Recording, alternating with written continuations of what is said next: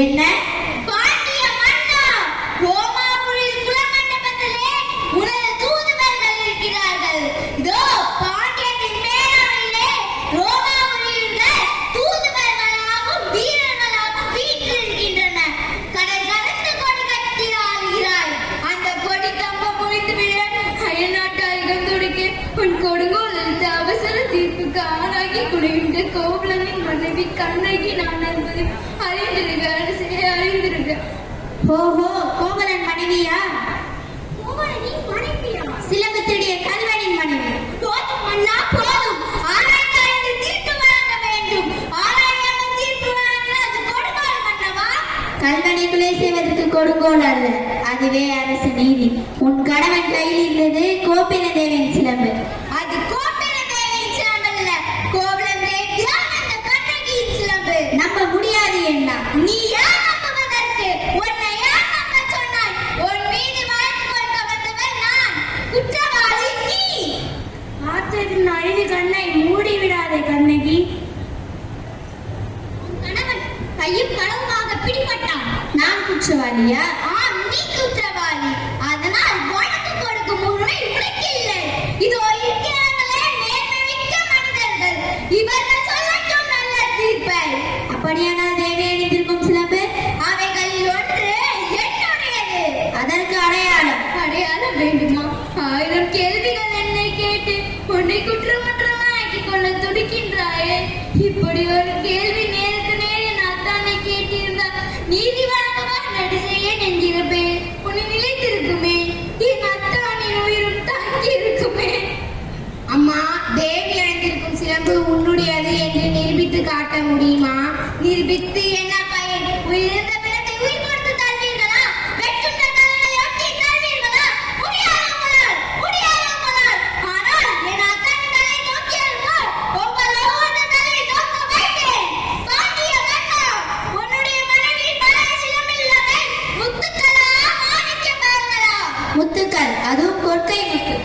என்னுடைய சிலம்பில்லவே மாணிக்க பெயர்கள். அப்படியா?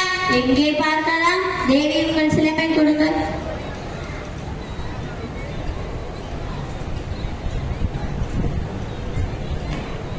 பார்த்தாயா முத்துக்களை? அந்த சிலம்பு மாணிக்கங்களா? அது மாணிக்கங்கள் அல்ல, தர்மத்தின் கண்ணீர் வழியும் ரத்தத் துளிகள் மன்னா, ரத்தத் துளிகள். பாண்டியா, உனக்கு இன்னும் சந்தேகம் என்றால் இதோ என்னுடைய மற்றொரு சிலம்பு. மாணிக்கங்களா? அமைச்சர்களே, அரசாண்டவர்களே, இதற்கு என்ன பதில்? தலை வாங்கி விட்டதா? நீதி தவறிவிட்டதா? பாண்டியனின் நாதம், மானம், சீனம் எல்லாம் மன்னாய் போய்விட்டதா? ஐயையோ, ஏன் இந்த மாற்றம்? தமிழன் சிரிக்கின்றது பாண்டியா, தமிழன் சிரிக்கின்றது. நீ தலை கொண்டு நிற்பாரை பார்த்து தமிழத்தின் மயனுள்ளான திருப்பதி கேலி பேசுகின்றது பாண்டியா, கேலி பேசுகின்றது.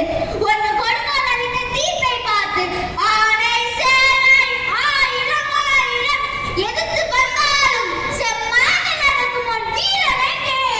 கம்பீரம் எங்கே? வெற்றி திருப்பார்வை எங்கே? எங்கே? நீதி தவறியவனுக்கு செங்கோல் எதற்காக? தேவையில்லை. கொடுங்கோல் அளித்தவனுக்கு மணிமுடி எதற்காக? அதுவும் தேவையில்லை. என் கணவனை கொன்றவனுக்கு வெண்கொற்ற குடி எதற்காக?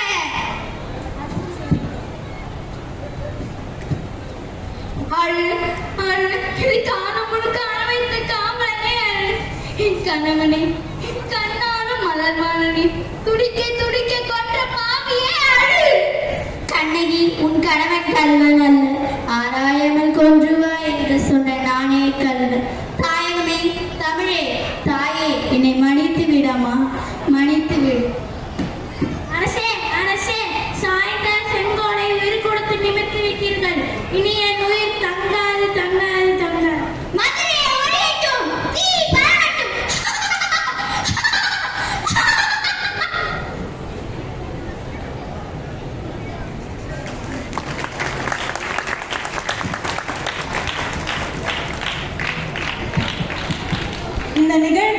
குட்டி